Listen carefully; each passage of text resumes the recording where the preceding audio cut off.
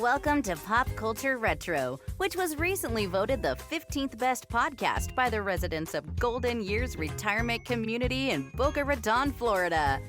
Each show will revisit some of your favorite pop culture memories with insider and outsider perspectives. Now, please help me welcome your hosts, Moosie Drier and Jonathan Rosen. Hello, and welcome to another edition of Pop Culture Retro. I'm Jonathan Rosen, along with Moosie Drier, and today we are thrilled to welcome a four-time Emmy Award-winning actress. She starred on stage and screen. She starred in one of the most beloved series of all time, The Waltons.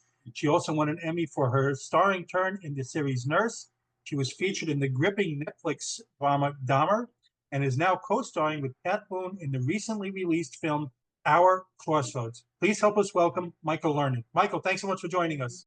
I'm so impressed with myself. Thank you for As well as you should be. wonderful bio. We're impressed with you. We do have a lot to cover, but let's start with going back with you. You grew up on a farm as part of a large family, and you had a diplomat on both sides of your family. So where did the love of theater and performing come from for you? That's my cat. Do you see him in the upper Yes, left? we do see the cat, yes. That's Puma J. Oh yeah. Wait, what kind of cat is that? He's sort of an Angora. We got him at we rescued him at a rescue. Very nice. Nice. And he rules the house. We have to, if he's thirsty, he'll knock things off the bathroom counter, so we'll turn the tap on for him because he will drink out of a bowl. Yeah. Anyway, you asked me a question. I'm sorry, I forgot. Yes, just want to know, because you grew up, like we said, you grew up with a farm and without the military, diplomatic family. So, where did the love of performing come from? It's what they call a gentleman's farm in Connecticut and a hobby farm in Wisconsin. So we had a cow, we had pigs, we had rabbits, chickens, and goats. And I had a pet goat named Becky, and named after Rebecca of Sunnybrook Farm way before your time. The Shirley Temple movie years and years ago. Anyway, I had to milk 3 goats in the morning before I went to school and 3 goats at night. Because I stole money from my dad, so he made a chart and I had to do all these chores to pay him back. I think that upbringing might have the Waltons fit so well for you at that point. Anyway, let me just ask you, so you studied acting in England. What was that transition like into Hollywood? I'm basically a theater actress. That's how I can think of myself, even though I've probably done more television in the long run because you're working every day on TV. But yeah, I studied in a boarding school in England. I loathed being in boarding school. It was a girls' boarding school, and there's nothing worse than a bunch of hormonal girls locked in one place together, especially ones that want to be dancers and actresses. And so I cried all the time, and the teacher finally said, "Michael, could you cry a bit more quietly, please?" Because I'd sit in the back of the room just sniffling away. But I was homesick. I loved living in Austria. My parents were living in Austria, and I loved it there. And but I was an American girl, well-fed. These kids had just come through a war, kids my age. So I looked like I was 18 when I was only 12 years old. And my parents thought I needed to go somewhere where there were people who were interested in the same things I was, and it was very good for me to be there because I learned an awful lot. But I was homesick. So my terrible childhood, I was homesick. Well, so you moved back. So one of your first big parts after you started acting was The Waltons. I mean, such a beloved series. So how did you wind up in that? How did you get to that, coming back and getting into that? God's hand on my shoulder. That's the only thing I can think of. I was a total emotional wreck. I was going through a divorce from my husband that I've been married to half my lifespan, and the father of my kids. And I was just falling apart. I was drinking too much. And I drove down to LA to meet with casting people. I was staying in a little motel for $12 a night, so you can imagine what it was like. And I was scared. And my agent called and said, "Well, they want to see you about this part. It's a farm woman in her 40s and with long red hair." And I said, "I have short blonde hair and I'm 32. I'm not right for the part." He said, "Go for it anyway." I did. I walked in the room and all these guys were staring at me. I had my hair up, my knees were knocking, and they said, "Will you test?" And I said, "Yes." And so they had me test in costume with Richard and Ralph, which was a whole other thing for me because I could relate to Richard and Ralph just standing there by myself trying to do an audition. I'm terrible at that. And I went back to my motel, and 2 days later, the phone rang and it said, "You're the mother of America." I mean, And it was true. and my friend got mad at me. I have a friend who was living here. She said, "You're the kind of person that keeps me here." And she wasn't working, so she was kind of pissed off. Had you seen the Homecoming special? The series came from? They showed me the Homecoming after they gave me the role, and Patricia Neal was fabulous. She and I became very good friends later on after I'd been cast. And I remember she came. I was sitting in Joe Allen's in New York, and Patricia Neal was way in the other room, and she had trouble walking, but she sort of walked slowly all the way over to my table and introduced herself to me. I should have gone and introduced myself to her, but I was so shy. And she interested, and we became good friends. And years later, I said, "Patricia, I can't tell you how happy I am that you turned that role down." And she said, "Oh, but I didn't, darling. They didn't want me." And that just was crushing. I just gotta say, much respect to Patricia Neal, because it takes a lot to get over that. Your ego gets crushed, and you were shy, and she didn't know that. She could have thought, well, you replaced her. Now you're stuck up. She's not talking to me. But no, she let all that go. She came over to you, and she was honest. She's like, she didn't try to play it off. She's like, no, they didn't want me, and they cast you and all that. Good on her. Good on her is right. She's an amazing woman, and we remained friends right up to the end. Yeah. That's not as common as I wish it was I know. With actors. It's Can I ask class. Yeah, it's called class. I remember that, and integrity and all that. Yeah, respect. So when you took over for her, do you remember, was there a thing like, oh, I want to keep continuity and play it kind of like her, or did you want to start your own path on the character? I talked to Earl about it a little bit. I said, Earl, Patricia had the courage to really play the strength of the woman and didn't soften it up at all. Although there were moments when she was just incredibly soft, but most of it was a pretty stark, kind of stern performance. And you still liked her. You still liked the character because Patricia's brilliant. But I said, I'm wondering if that would work on a weekly basis.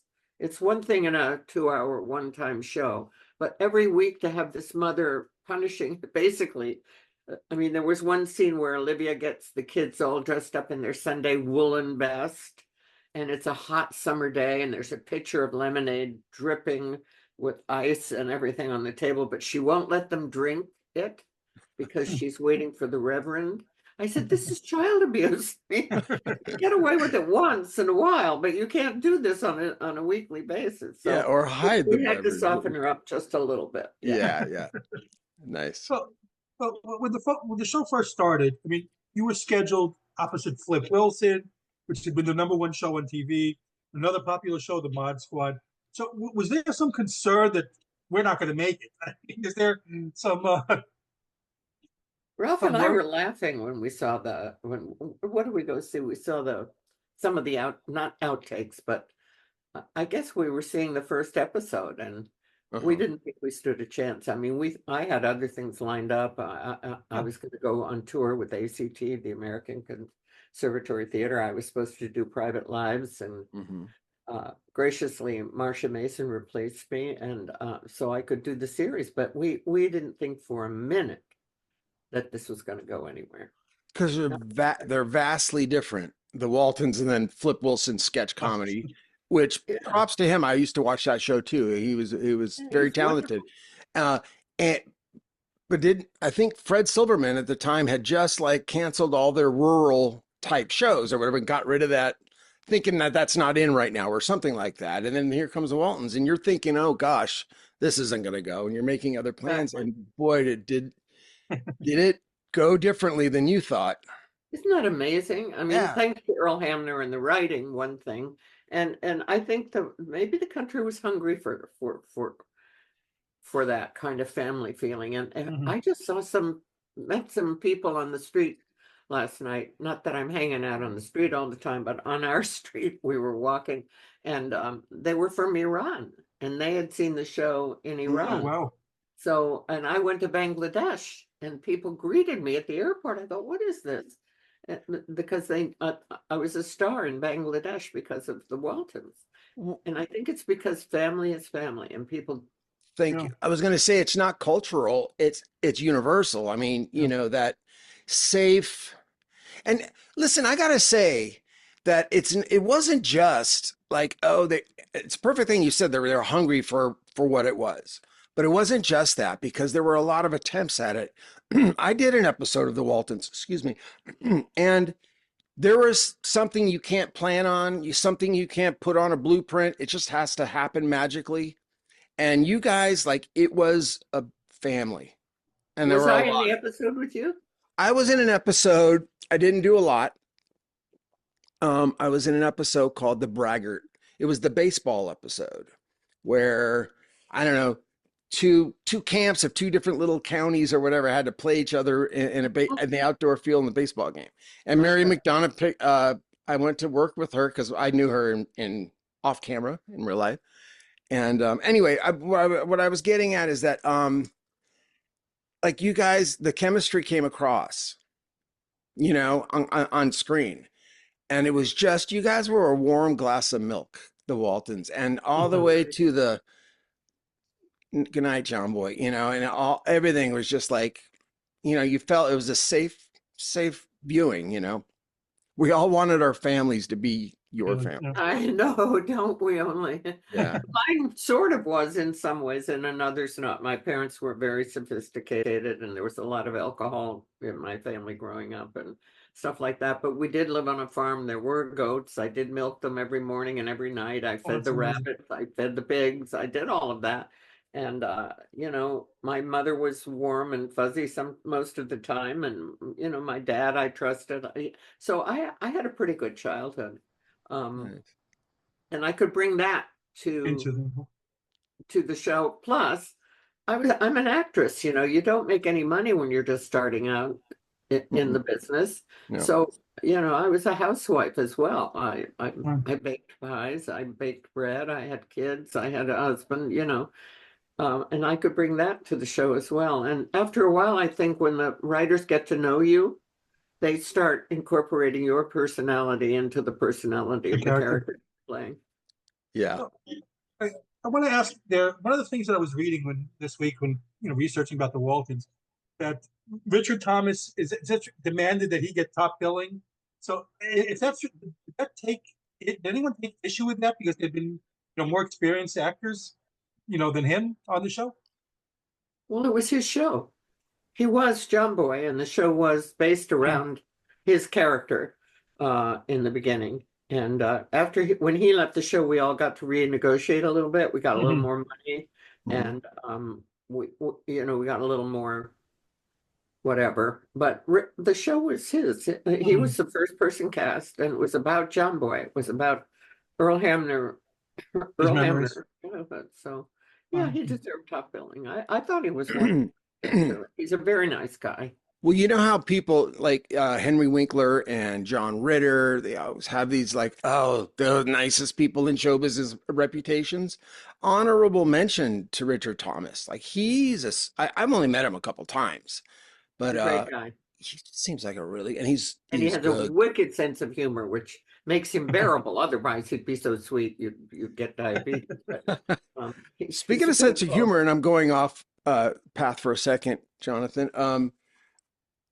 For some reason, I always remember that Will Gear had a really dirty, like he would tell dirty jokes. And even as a kid, I'm thinking there's kids around, you know. Well, he had a he was a I don't know. He whatever that is. He had no filters, but I'm not going to go there. okay. Go on. Let's go to the Good Night John Boy thing. I wonder if that was an accident or it's like, hey, maybe we'll make this a thread from the very beginning because in my household and it was just like everyone's saying goodnight and somebody inevitably at the end would say goodnight, John Boy in their own household. That kept in people way after the show. That just kept in their household. It's still going on, yeah. Yeah. And I think I have a feeling that happened in Earl's house for real. Okay. I'm not sure, but I suspect it did. And it's very comforting. I remember I was in an Al-Anon retreat, which is, for people. And we were all getting ready. I was sharing a room with a couple of girls, and we were all getting ready for bed. And suddenly I heard, "Good night, Nancy. Good night, Alan. Good night, Linda. Good night." And I had to get up and go, "Good night, everybody." Yeah. And it was fun and comforting somehow for me. Yeah. I bet you that was a thrill for them too. I mean, to hear you say goodnight at the end of the night, and they slept well. It was fun. Yeah. You weren't all that thrilled with the direction of your character early on, is that true? And he actually went to Earl Hammer, the creator of the show, to talk to him? I was really an arrogant pain in the ass, I think. Frankly, I had just come from playing Private Lives and Cleopatra at ACT, and I found myself, thrilled and grateful to be making some money. I could put my kids through private school and stuff like that. But by the same token, for an actor to be standing at an ironing board going, "And then what happened? And then where did you go? And more coffee, John." I mean, I could tell you, "Time for bed, kids." And then what happened, John Boy? And then, over and over. And so I was going mad. I really was. A 15-hour day away from my own kids with kids that I love, but with nothing to really sink my teeth into. So I complained, and I was a pain in the ass. And I must say, God bless the writers, because they really tried to give Olivia something to do. Back in those days, if you were nice, you were boring. The only interesting characters on television were designing women, people who had a little bit of an edge, Yeah. But Olivia was nice, so she couldn't,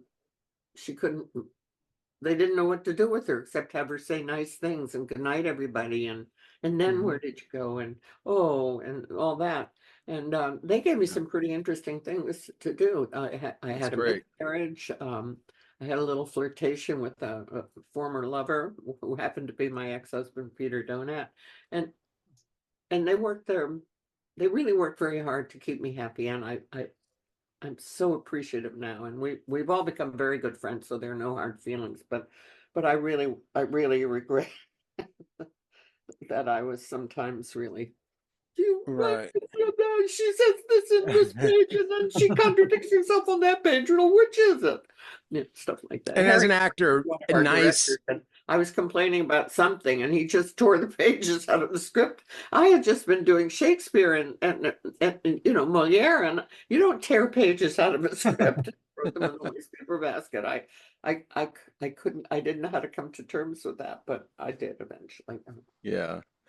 Playing nice is not that fun as an actor. It's not nearly as spicy as, No, so many other things. So after the second season, you win the first of 3 Emmys that you won. You won 3 out of 4 those years. You won Emmys. My question is, what happened on that 4th one? No, I'm kidding. No, my question is, what do you remember this? I imagine you must. Like the first time you heard your name, it was announced that you were even nominated or that you won. I mean, how surreal is that? Well, my second son, Christopher, was my date. So that was fun because I got to wear a Bill Blass dress with feathers on the bottom and a feather boa across my neck. And I had to take it off because the feathers kept getting in my mouth. But but I was having so much fun because I never thought for one moment that I had a chance for winning. So I was just enjoying the show and the limo ride. We were waving to all the neighborhood kids. It was all new and fun. And then I heard somebody say, and the Emmy goes to Michelle, Michelle Learned. Mm-hmm. I remember looking at my son and his eyes were like this and mine were like that. And then I thought, oh my God, I've got to get up there in front of all these people and say something and make sense. And I think I did. I'm not sure now. I don't even remember. Right. What a high. I have to tell you, it's the biggest. Absolutely. Oh, wow. And, you know, not only did you earn it in your craft and your talent, but going to the heads and saying, hey, why do you want to make me boring? And then, you know, bringing all this stuff in, that was a part of it. You initiated that. So, wow. Wow. Well, they didn't appreciate it all the time, but they did work hard, and they somehow we all managed to remain very good friends. So yeah, we just lost one of our later producers, who Peterson, who I love dearly. We became very, very, very dear friends, and you know, we all worked together. We all tried to make it as good as we possibly could make it, and to get away from all the sugary sweet stuff, we really tried to put a little zing into it so that we weren't all so perfect it would make people sick. When Richard Thomas left the show and was replaced by another John Boy, so what was everyone's feeling? What were your feelings about that? And did that propel you to leave the show yourself? I thought about it actually, and I felt really sorry for the kid who replaced Richard. I mean, how can you replace John Boy? I think he did a very nice job, but they didn't really give him anything to do either. Like they did Richard. They didn't know quite what to do with him. And I remember we were I think he had John Boy got burned in a fire or something. I can't remember. I think we had to undo the bandages, and whoa, it's a different John Boy. And that is vaguely familiar to me. It bothered us all. Yeah. What a horrible place to be put in to replace Richard Thomas. But I actually don't even remember him, and I feel bad, but I don't remember who it was. I know. Well, Richard was iconic in the role. He was terrific. Yeah. Okay, one last Waltons, and then we're going to move on, I promise. First of all, the cast, I don't even know what was in the water there on Walton's Mountain, because in real life, I know Mary very well, and I only kind of know Eric Scott and Judy Norton. What I do know about them and everybody, it's like the sweetest, most grounded group of people. Yeah. I mean that too. I raised them. What do you want? Okay.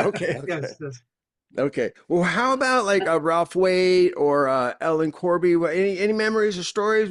Did I read you were almost romantically involved with Ralph? Yeah, it happens sometimes when you're working that closely with someone. And I loved Ralph, and he loved me, and we decided we were going to sleep together. Okay. But we didn't, because we came to the point where we thought, we both looked at each other and we went, nah, this is not going to work, because we both were complicated people. It would have just been let's not ruin it. Let's not ruin our friendship. Smart. Yeah, we were very smart, I think. And just so you know, as those words came out of my mouth, I'm seeing your husband's elbow there, and oh no, don't ask that, right? Even though, you know, the truth is the truth, he knows everything there is to know. Okay, good. Like that got awkward. He just laughs at me. Okay, all right. That we're not gonna hound you about the Waltons any longer, because you have so many other things. Mary, I want to talk to you about Mary McDonough, because she's one of the nicest, goodness, smartest people I know. I adore her. Before Waltons, I think we did the Darren McGavin, Barbara Eden, Barbara Feldon pilot together. We played brother and sister, and we did one or two other things. And her and my older sister were friends, and somehow then she got the Waltons, and then my mom and her mom, and then, hey, Moosie's doing the Waltons next week. So I remember getting a ride with them to your set. I don't know if it was Universal or if it was Warner Brothers, but it was somewhere. The baseball field we shot in was like some backlot, somewhere there. It was Warner Brothers. Was it Warner Brothers? Studios back then. Mm-hmm. He's the best. They all are. I love them Oh, all. Mary! Oh my gosh! When we get together for an autograph session or something like that, I bet it's a blast. we're just reprehensible. We have so much. We drive everybody crazy. She's still working a lot too. She's doing these Hallmark movies. I see with my friend John Putch, who's a director. She's always been very good and very deserving. Yeah. Yeah. In every way. I have a question that's off the beaten path totally, but I'm so curious because I was such a fan of the show. You did several Match Games episodes, right? I want to talk about your experiences on those, and you did it with Richard Thomas too, I believe. No, I did. Yeah. I don't think I had a clue what it was. I don't really. I knew what I was doing.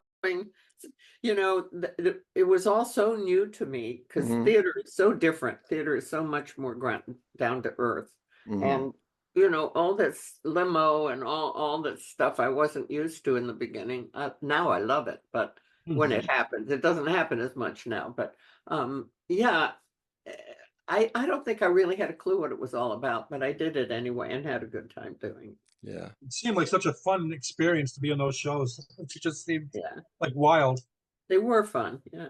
I feel like I feel like Match Games kind of like Woodstock. If you remember it, you weren't really there, kind of thing. Because I think they were kind of tossing it back a bunch at the dinner break. At least that's what I learned in the documentary about Match Game. But Yeah. Well, let's talk about your series, Nurse. You did it shortly after the Waltons. You co-starred with Robert Reed, and you won yet another Emmy. So, can you talk about some of your experiences on that show?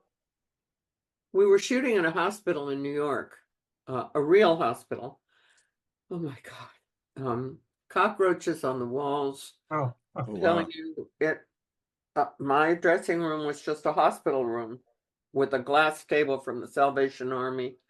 And Robert Reed redecorated his dressing room, repainted it, put lamps in, rug, made it a little cozy thing. I didn't know how to do that. I didn't know how to repaint my room and do all that. So it was really uncomfortable for a while. After a while, they kind of softened it up a little for us. But it was a lot of work, long hours. Again, as I say, in the hospital, so they couldn't move the walls. Nothing moved. So it took sometimes hours to relight and light and relight. And it was really hard work to the point where there were one day was a 19-hour day. And you don't recover in a weekend when you're working those kinds of hours. So I was, to say the least, I was exhausted and relieved when the show got canceled. And now I wish we could do it over again. But back then, I was just tired. Well, you were in another series also, Living Dolls. It was a sitcom, a spin-off of Who's the Boss, and had some future stars in it, like Leah Remini, Halle Berry, and a couple of episodes with Melissa Milano. What are your memories of that show? It's great fun. They were all lovely. And Tony Danza was one of the producers, I think, but he was around all the time too. And it was really lovely. I loved it. I wish it had gone on. The only problem for me and my character was that they wanted me to be, I can't remember the name of the woman of the big modeling agency in New York. So they wanted me to be that, but they also wanted me to be Charlotte Rae. So it was complicated for me to try to figure out what it was they wanted me to be. So I don't think I made them very happy, unfortunately. But well, that's a tough order, especially Charlotte Rae's her own. That's a confusing thing for them to ask you. Well, it was. Thank you for understanding. Yeah, of course. It's like they dressed me nicely and glammed me up, and then I just thought, well, am I a bitch or am I Charlotte Rae? Right. Or am I a little bit of both? So I tried to play a little bit of both, which it's kind of didn't come across very well. But I enjoyed working with Halle a lot. She's a lovely, lovely person. What you just said right now is that, mixing comedy with drama. You were in one of my favorite shows, and you had a recurring role, Scrubs. Great show. I loved it. So he went on to do Ted Lasso and Shrinking afterwards. So can you talk about your experiences of that show and also working with Bill Lawrence? Oh, well, I didn't get to know Bill all that well. He just is a nice guy. And you know, when you're a guest on a show, you don't it's not, I don't like it. It's difficult because you're not part of the family. You're sort of like the country cousin who comes in and tries to figure out who you're supposed to be and what your relationship is with all these people. They were very kind, they were very nice, but it was all very professional. I just went in and did my job, and that was kind of what it was. And but the atmosphere on the set was nice. It was a bit professional. It wasn't lovey-dovey. It was just kind of, let's get in here and let's be in a good mood and get the job done. That was my feeling. And you were fantastic in it. You were great. I had to die, man. and I turned green. Yeah. So that was fun. And you didn't go down that road of you know, doing those shows that we all roll our eyes at, Scrubs and Ted Lasso. These are great shows, you know, and Shrinking. I mean, quality, great people. So that leads me to this Monster, the Jeffrey Dahmer story. Here you come on. You were so good in this. Honestly, like, and I also think that it was so well done. That was what's his name, Ryan Murphy. Yeah, and you know, there was Penelope Ann Miller, Molly Ringwald, Evan Peters, and so what was that experience like? Was that a joy to do? And you know, we're all at home going, please don't harm her, you know, because it all happened long enough ago to not exactly remember what went on. No, it was wonderful. I had a lovely time doing it, actually, because there was no killing in my scenes. Yeah, I just had to love my grandson. But Thankfully. I did come home from rehearsal one day, and not from shooting, and my grandson, who was living with us at the time, opened the door, and he's this gorgeous, lovely, warm, handsome. Of course, I'm a grandma, so I think all that. And I looked at him and I thought, what would I do if I discovered that you were a serial killer on the side and I had no idea? Because I think that woman must have been in deep denial when her grandson is dragging body parts through the kitchen while she's doing a crossword puzzle. You think? Yeah. Yeah. Wow. So, And I know what you mean by when you saw your grandson, because like, they don't all look like your stereotypical old, you know, how they used to write these characters. Ted Bundy was charming, they say, you know. Yikes. And so was Dahmer, was very, very handsome, actually, very good looking, but creepy. He had a different palette than the rest. It's so funny because I couldn't find much about her. There were just home movies when I was trying to research her. There were just a lot of movies of her walking around holding her cat, but a lot of interviews with him. And it was fascinating to watch him. It was almost like he was trying to figure out. He'd say, well, you know, maybe my brain is a little different from the way normal other people think, or, you know, it was like he was trying to figure it out. And I'm sitting there like you going, you think? Yeah. Well, no, but I have to say though, like there are certain things that are written that we see and we're like, oh, that person would totally be on to that thing going on or whatever. But I believed your Oblivion. You know, you had to play that, and it's a tough one too. It's a stretch because he's dragging body parts, as you say. You know what I mean? How crazy! And I bought it. Oh, good, thank you. Yeah, it was a little. We laughed about it a little bit because there was one scene where he literally is dragging a black bag. I remember it. Yeah. Well, that's a curious point here, because you said your scenes weren't like that. But so I was wondering, you have to get yourself like in a different mindset. It's like, it is disturbing content when you think about it. So it's like, is it tough to get into that mindset like that when you're doing a show like that at times? Well, it's a job. Yeah. That's one thing. And Evan it is so delightful to work with that it was easy to love him as a grandmother. As I say, our scenes, he didn't act creepy. He was very good about that. He didn't kind of give anything away to me that would make me say, that's good.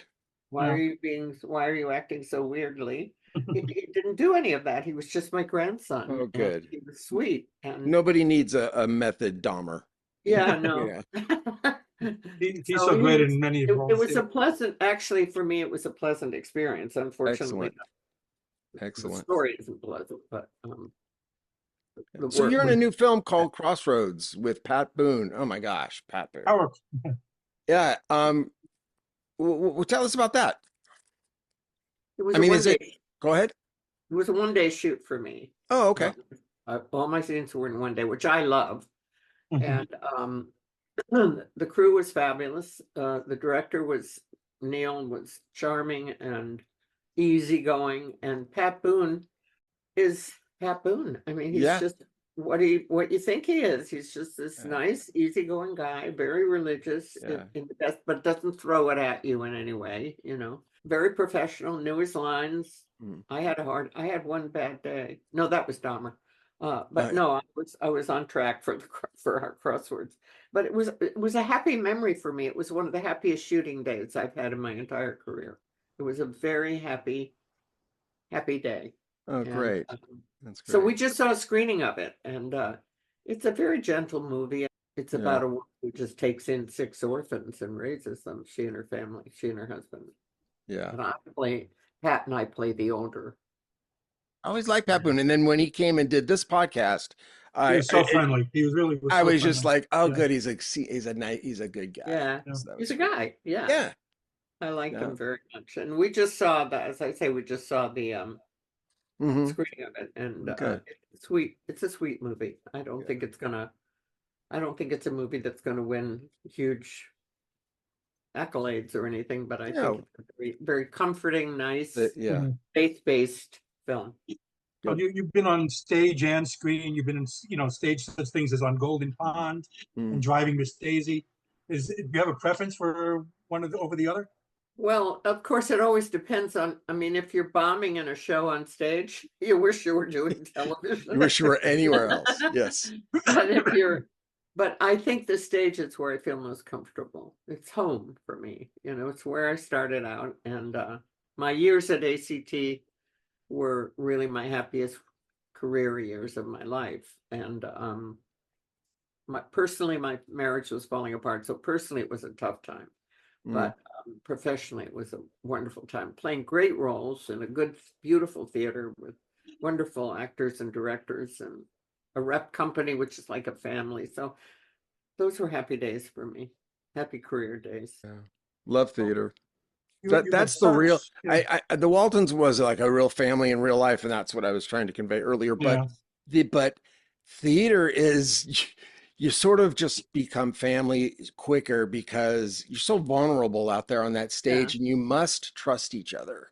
Yes, And one will absolutely. pick up the other when they fall, and that's just a great and that whole adage about theater, a play, it's the same show every night. Nope. It's a different No. audience and a different feel and a different way the story's being told every You're single so night. right. And that's exciting. That's more exciting to me than I'm with you. You Yeah. are so right. You're right on the money. It's Yes, true. yes. And sometimes it's an effort. You have to really work at making it come alive, and being in that little bubble there's nothing more exciting for me than when you're in the same bubble with the audience and there's that silence. gosh. The- Yes. There's the one thing is the silence, the other is the first big laugh. Mhm. But those are the Well, yeah. most rewarding things for me in the theater. The first moment that you can tell that something even subtle lets you know that they're listening. They're right So- there Yeah. with you, Oh, and you're there with them. And the hair Yeah. on the back of my neck. I remember one scene I did Merchant of Venice with Peter Donat, my ex-husband Mhm. at ACT, and in the court scene where she's just, ramming Shylock. Mhm. I remember a moment where there was such shocked silence from the audience that literally I could feel the hair on the back of my neck just standing on end. Those Yeah. are the moments you just love. Yeah. in theater. Nothing's louder than silence sometimes. Yeah.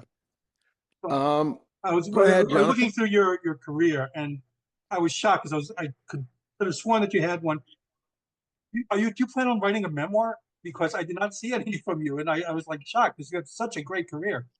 I mean, I've written a few little kind of essay things, and then I really should write about. I've worked with some really great people. I've worked with Christopher Plummer. I knew him when I was 16 years old, years ago, when I was just a little flower girl carrying benches onto the stage, and he was playing Mark Anthony, and we were all madly in love with him. I've worked with Richard Chamberlain, Hal Linden, Paul Schofield, wonderful people. And I thought, well, if you don't want to write about yourself, why don't you write about the people you've worked with? So, but then that kind of sounds like you're bragging. Well, when I worked with Paul Schofield, that kind of thing. So yeah, but people sometimes you gotta know that your intentions aren't to brag. People do want to hear these things. People do want to know. Think of it as sharing as opposed to bragging, and it's all in how you put it too. If you're bragging, we could tell you're bragging. I have a good sense of humor, so I try to put humor. I have to get back to it. People are really coming down on me. Well, I will say this: I'm a former literary agent, so if you have any questions, I will. So the Walton, my coffee maker, is telling me that it's no longer going to keep it warm. In case you were so worried, the Waltons, we're now past the 50th anniversary of the show. Right now, as we speak, I promise you, it's airing somewhere. It is. It's airing in Iran, of all places. Yeah, and others. I mean, it's a big world, but like it's so. And I think it's here on Hallmark, or maybe it's off. I don't know. It was for a while. Oh yeah, I mean it's one of those shows that it's TV. It's on MeTV now, and it was a good show. There were good writers. It was a good show. We weren't all perfect. We have this kind of reputation of the ooey gooey Waltons. Well, if you really watch the show, we weren't all ooey gooey. We were. There was some real. It was human. That's the word. Thank you. Yeah, I agree with you. And that's the writers, and we were a good cast. Luckily, we were lucky. Yeah. We had real chemistry. Ralph and I had real chemistry, I thought. Hey, let's not go back to that subject. I could still see your husband. I could see a third of his body right there. If I write my book, if I ever get down and do it, I hope they'll buy it.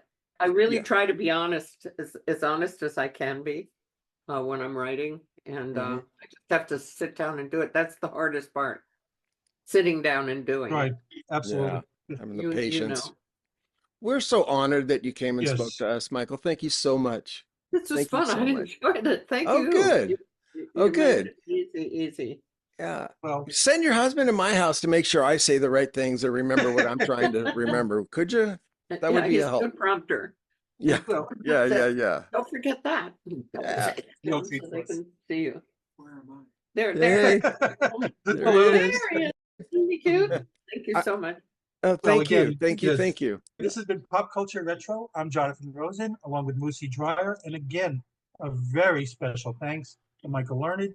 And please like, comment, and subscribe. Do you see the cat? See that Yes, we paw do. hanging down there? That's the cat. We all like to hang out together. The greatest cat. He just likes to hang out. Thank you for tuning in to Pop Culture Retro, where no one was hurt during the making of this podcast. Listening to this podcast just makes you really cool.